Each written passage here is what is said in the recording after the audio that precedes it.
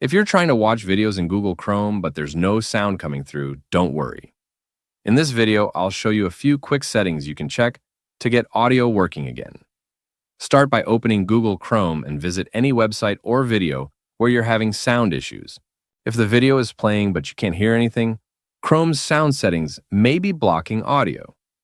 To check this, click the three dots in the top right corner of Chrome and select Settings. From the menu on the left, click Privacy and Security. Then choose Site Settings. Scroll down until you find Additional Content Settings. Then click Sound. Here you'll see Chrome's sound permissions. If the option is set to block sound, websites won't be able to play audio. Switch it to Sites can play sound acquired, and make sure sound is allowed. Now go back to your video and try playing it again.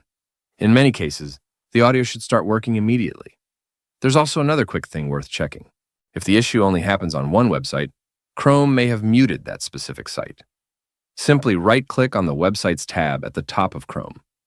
If you see an option that says Unmute Site, click it. This will restore sound for that website without changing any other settings.